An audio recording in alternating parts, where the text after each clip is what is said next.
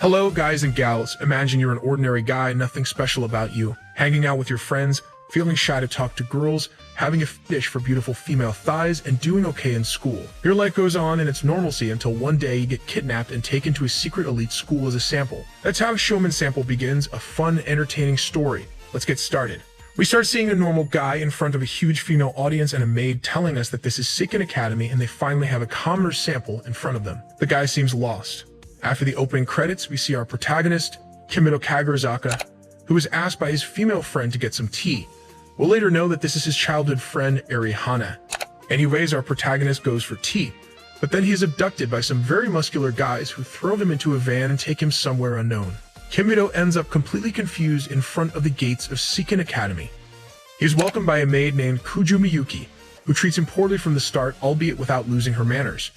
She explains that this is no ordinary school. It is a school exclusively for the most important elite girls in Japan. Miyuki takes our protagonist to meet the principal, and on the way, she tells him that the school is hidden in a secret location known only to a few, and that all his paperwork has already been arranged. Upon reaching the president's office, our hero will learn the reason why he was brought there. The school was facing issues when the girls ventured out into the real world, as the difference between reality and the academy was too vast. Moreover, since they had never interacted with a man before, some of them ended up as introverts who played video games all day long. Thus, the board of directors decided to select an ordinary test subject to live among the girls so that they could venture outside without risking their lives. Kimito, who didn't stand out in any particular way, was chosen for one reason: he likes men. Or at least, that's what they believe, as his childhood friend Eri provided them with that information just to annoy him, claiming that he has a fetish for muscular men. Although the protagonist insists that it's a lie, the women tell him that they would have to remove his genitals to safeguard the institute. In response, our protagonist enthusiastically declares his love for muscles. Poor guy. After that, Kimito is taken to his classroom, where he is greeted by his classmates, among whom stands out Reiko Arisugawa, the class representative. These women had never seen a cell phone before, so when they see Kimito's phone, they go crazy trying to figure out how it works. Reiko decides it's best to return it to him, but accidentally touches Kimito's hand and faints, as she had never touched a boy before. Kimito, who hasn't fully recovered from that incident, is abducted and taken outside by Aika, one of the girls from his class, who throws him to the ground attempting to kiss him because she believes that if you kiss an ordinary guy, your wish will come true. Convinced that she can't be that foolish, our protagonist mocks her, insisting that the correct way to fulfill her wish is by rolling on the ground, which she promptly does without thinking. At that moment, Kimito is rescued by the other girls in his class. The kidnapper, upon noticing their presence, runs away. It is then that Reiko tells Kimito that Eika is actually the misfit of the class. No matter how much the girls approach and talk to her, she ignores them and always ends up fleeing, just like that time. Shortly after, Kimito is taken to his room, an exact replica of his own. Miyuki tells the protagonist that from now on she will be his personal maid.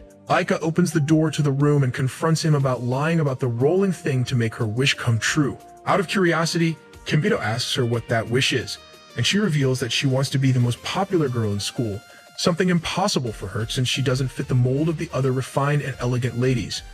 Our protagonist tells her that she doesn't need to make a wish for that. She just has to stop acting weird and running away every time her classmates talk to her. She just needs to be herself. Aika has an idea. She wants Kimito to teach her everything about normal life so she can become popular like him. After all, everything related to the ordinary and average world is in vogue among the girls. Kimito agrees to the deal, and thus, the Ordinary Club is born, an organization where Kimito will try to help his new friend become popular. In the after-credits scene, we watch as our protagonist gets asked by the girls in the auditorium how the process of getting on a train works, which leaves them astonished. The next morning, Kimito is surprised by Miyuki, who, always kind, tells him that she wished he hadn't woken up. Our protagonist is surprised to see her there and hear how she intends to help him get dressed. Once dressed, our protagonist leaves his building through the back door to prevent the girls from going crazy and turning the hallways into a disaster. However, upon leaving, he encounters Eika, who accompanies him on his way to school, as she also usually takes that route to avoid being seen by the girls in her class. Eika reminds him that today the activities of the Ordinary Club will begin. He simply asks her to help him adapt in return since he doesn't understand how that place works, and the other girls don't treat him like a normal person and are too elegant, which intimidates him a little. She feels insulted and slaps him since he indirectly just told her that she is not a refined lady.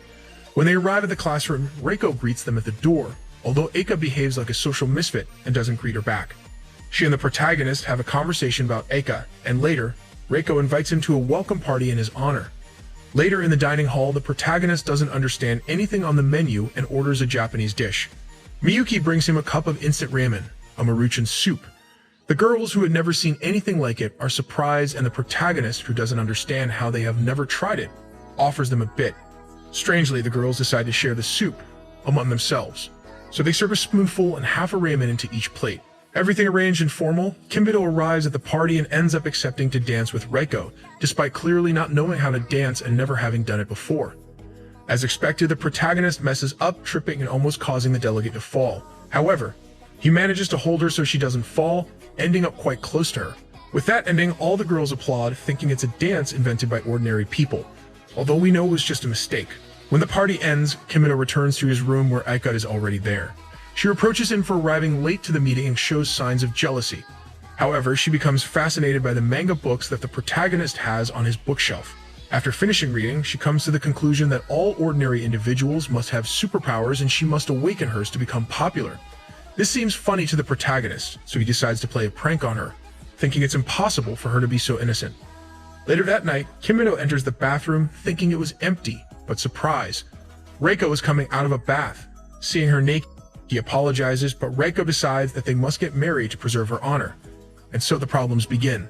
Kimito receives a message from his mother, who is very happy, and learns from Miyuki that his family finally accepted his decision to attend this school in exchange for remodeling their house. However, our protagonist is still not getting used to life at school.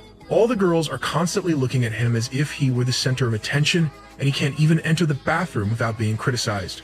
Later in the courtyard, Kimito encounters a girl with a childish appearance who is writing on one of the school's statues. As he approaches her, out of nowhere, her clothing inexplicably starts to lighten while she continues writing. Our protagonist quickly covers the girl and takes her away so she can dress without any problems. The girl introduces herself as Shiodam Hakua, but says she doesn't know how to put on clothes, so Kimito helps her dress like a little girl. Once dressed, she tells Kimito that she is hungry, and he prepares some instant ramen he had lying around. At first, she doesn't seem very convinced, but she ends up eating it all. After eating, the girl has a revelation and starts writing on Kimito's desk, which leads her to undress once again. Our protagonist, who tries to prevent it, is caught by Aika, who enters the room and upon discovering the scene, yells at him with a flurry of words. Kimito accompanies Hakua to her room, which turns out to be a separate building from the others. There we learn from one of the girl's personal maids that she is a super genius in mathematics, and that everything she writes is highly important discoveries. When Kimito has to leave, Hakua grabs his jacket sleeve and asks him not to go. He tells her that she can visit him as many times as she wants and leaves quite calmly. Through the maids, we find out that despite her appearance, Hakua is actually 14 years old. The next day, while Kimito is walking to class, he encounters Karen Jinryo, a girl who carries a katana with her. The girl immediately attacks the poor boy.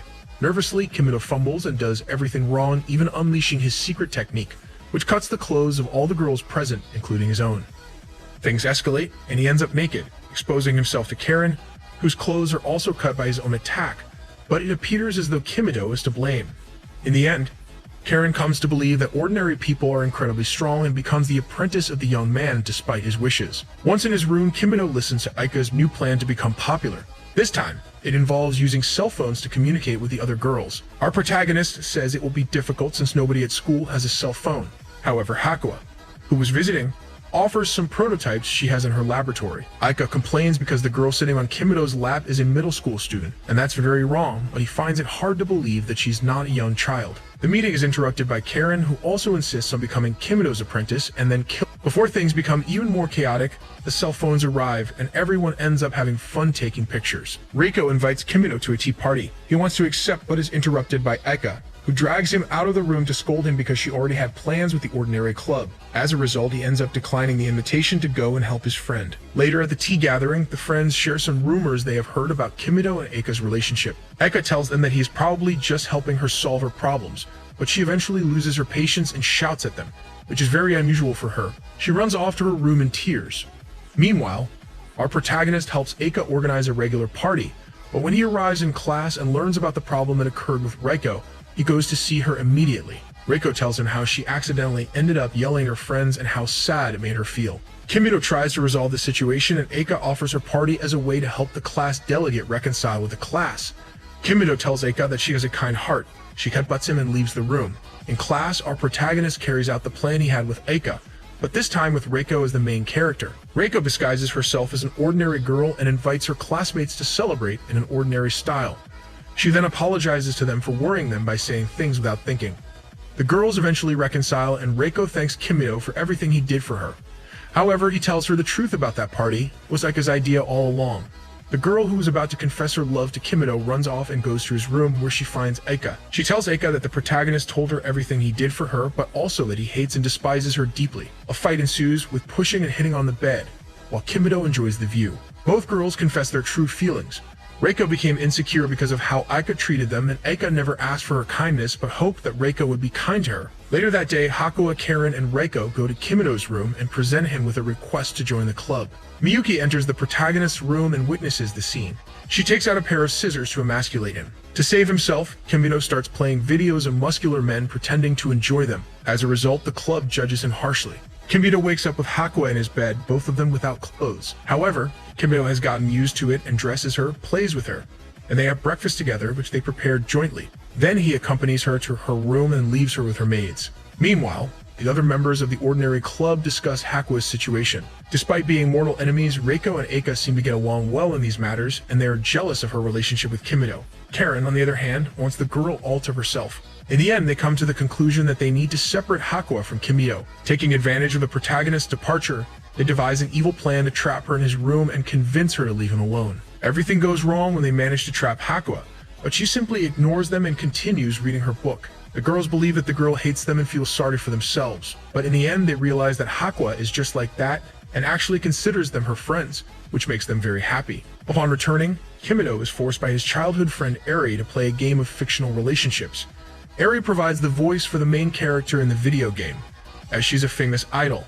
Although Kimito is uncomfortable with the idea of getting involved with a character voiced by his friend, he continues playing. However, he is interrupted by Aika, who is delighted with the game because she can talk to the character as if they were friends. Kimito is called to the principal's office, leaving Aika alone playing. She is then interrupted by Reiko, who is looking for the protagonist. Aika tells her to lead, but Reiko stays and starts reading the manga that Kimito has on the shelf, wondering why all the covers feature girls. While both of them are in the room, they annoy each other. Later, they find a bottle of soda. After arguing for a while, they decide to drink it together. Pouring each one a glass, they toast and take a sip. Both end up spitting out what they drank because it tasted very strange, and they end up getting their clothes dirty. Before it becomes sticky, the girls decide to take off their uniforms, leaving only their underwear. As usual, they end up arguing and falling into a quite compromising position on Kimito's bed. When he enters the room and sees them in that situation, he apologizes and leaves to give them privacy, thinking that they are in an intimate situation. In the scene after credits, we watch Kimito's childhood friend, Eri, thinking and wondering about him. Maybe she misses him. The school informs Kimito that the girls will have a special day as they will be attending an amusement park designed especially for them to experience what the ordinary world is like.